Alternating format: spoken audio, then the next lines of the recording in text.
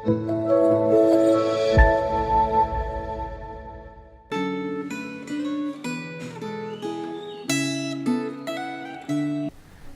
jemaat yang dikasihi oleh Tuhan. Apa kabarnya hari ini?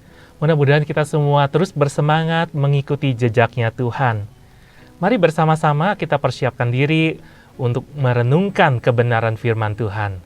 Mari kita berdoa. Bapa dalam surga, kami mengucap syukur untuk kebaikan-Mu di dalam kehidupan kami. Terima kasih untuk satu hari lagi yang telah Tuhan beri dalam hidup kami. Pimpin dan sertai perjalanan kami sepanjang hari ini. Kiranya firman-Mu menyertai langkah kami.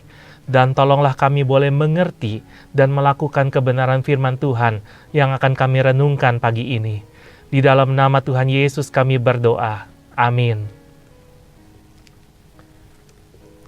Saudara yang dikasihi oleh Tuhan, saya akan membacakan Mazmur nomor 110. Mazmur Daud. Demikianlah firman Tuhan kepada Tuanku, duduklah di sebelah kananku, sampai kubuat musuh-musuhmu menjadi tumpuan kakimu. Tongkat kekuatanmu akan diulurkan Tuhan dari Sion, memerintahlah di antara musuhmu. Pada hari tentaramu, bangsamu merelakan diri untuk maju dengan berhiaskan kekudusan. Dari kandungan fajar, tampil bagimu keremajaanmu seperti embun. Tuhan telah bersumpah, dan Ia tidak akan menyesal. Engkau adalah imam untuk selama-lamanya menurut Melkisedek. Tuhan ada di sebelah kananmu. Ia meremukkan raja-raja pada hari murkanya. Ia menghukum bangsa-bangsa sehingga mayat-mayat bergelimpangan. Ia meremukkan orang-orang yang menjadi kepala di negeri luas. Dari sungai di tepi jalan ia minum. Oleh sebab itu ia mengangkat kepala. Sedemikian jauh pembacaan firman Tuhan. Berbahagialah setiap kita yang membaca, merenungkan, dan melakukan firman Tuhan di dalam kehidupan kita setiap hari. Hari ini kita akan merenungkan tentang bukan raja biasa. Satu gambaran yang diungkapkan oleh Mazmur 110.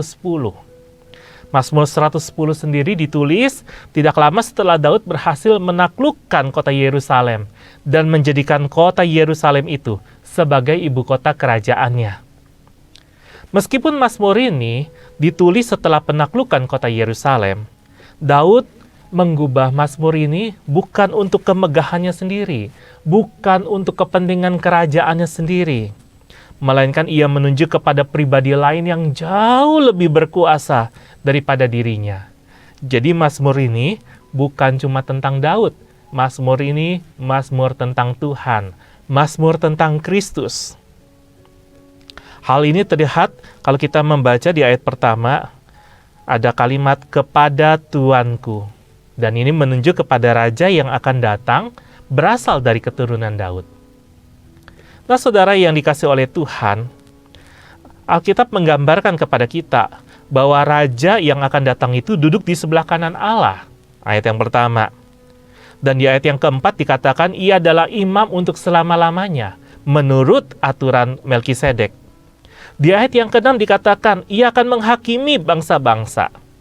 Jadi, apa yang diungkapkan oleh Daud dalam mazmurnya ini, dalam puji-pujiannya, dalam penyembahannya kepada Tuhan Allah ini, bahwa tuannya yang akan datang, yang berasal dari keturunannya itu, bukan cuma sekedar raja, tapi juga dia adalah imam.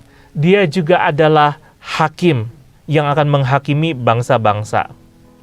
Jadi jelas bahwa raja yang akan datang itu bukan Daud, karena Daud menunjuk kepada Tuanku, pribadi yang lebih besar daripada dirinya. Walaupun Daud adalah raja yang dikasihi oleh Tuhan, dan ia memiliki kuasa yang besar dalam kerajaan Israel, Daud bukanlah seorang imam, dan ia tidak diberi wewenang untuk menghakimi bangsa-bangsa. Nah, dari pembacaan kita hari ini, maka apa dampaknya buat setiap kita? Kalau Daud raja yang besar, dalam mazmurnya dia mengakui bahwa ada yang lebih besar daripada dirinya, yaitu Tuhan semesta alam yang akan datang lewat keturunannya, seperti yang dijanjikan oleh Tuhan Allah. Dia adalah raja yang sejati, imam yang agung, hakim yang benar. apa dampaknya buat setiap kita? Tidakkah itu akan menolong kita lebih memaknai kehidupan kita, lebih bersyukur kepada Tuhan, karena kita punya Tuhan yang adalah Raja, Raja yang sanggup untuk memimpin, menyertai kehidupan kita, memelihara dan menjaga kita. Dia adalah Imam yang agung, yang menjadi pengantara antara kita dengan Bapa di sorga, yang menebus dosa-dosa kita, yang menjadi perantara keselamatan bagi setiap kita. Sehingga kita hari ini boleh datang kepada Bapa di sorga karena ada pengorbanan Yesus Kristus di atas kayu salib. Dia adalah hakim yang adil, yang akan memberikan keadilan kepada umatnya. Bukan hanya akan memberikan keadilan, tapi juga dia akan memberikan hukuman supaya umatnya boleh terus ingat kepada Tuhan.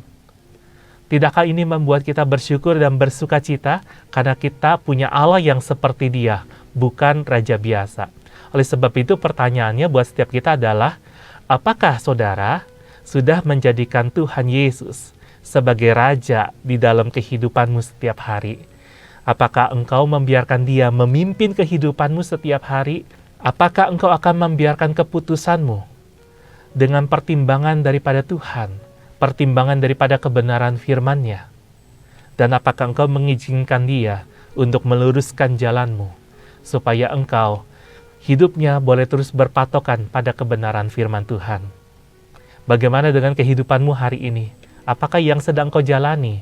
Siapakah yang memimpin kehidupanmu? Siapakah yang menyertaimu? Jangan sampai kita menyebut diri kita orang Kristen, orang percaya, tapi dalam tindakan praktis hari-hari bukan Tuhan yang memimpin, bukan Tuhan yang jadi raja, tapi diri sendiri, si aku yang masih bertahta di tahta hati ini. Bagaimana dengan keputusan kita menjalani kehidupan hari ini? Yuk, biarkan Dia, Raja yang luar biasa itu, Imam Agung yang mulia, Hakim yang adil dan benar, menuntun langkah hidupmu mulai hari ini sampai pada akhirnya. Mari kita berdoa. Bapa dalam surga, kami bersyukur bahwa Engkau adalah Allah yang mulia. Engkau bukan raja biasa, Engkau Raja di atas segala raja. Oleh sebab itu kami mengarahkan hati dan pikiran kami tunduk di bawah otoritas Tuhan. Biar Engkau yang terus meluruskan jalan kami, dan Kau terus membimbing kami makin mendekat kepada panggilan ilahi.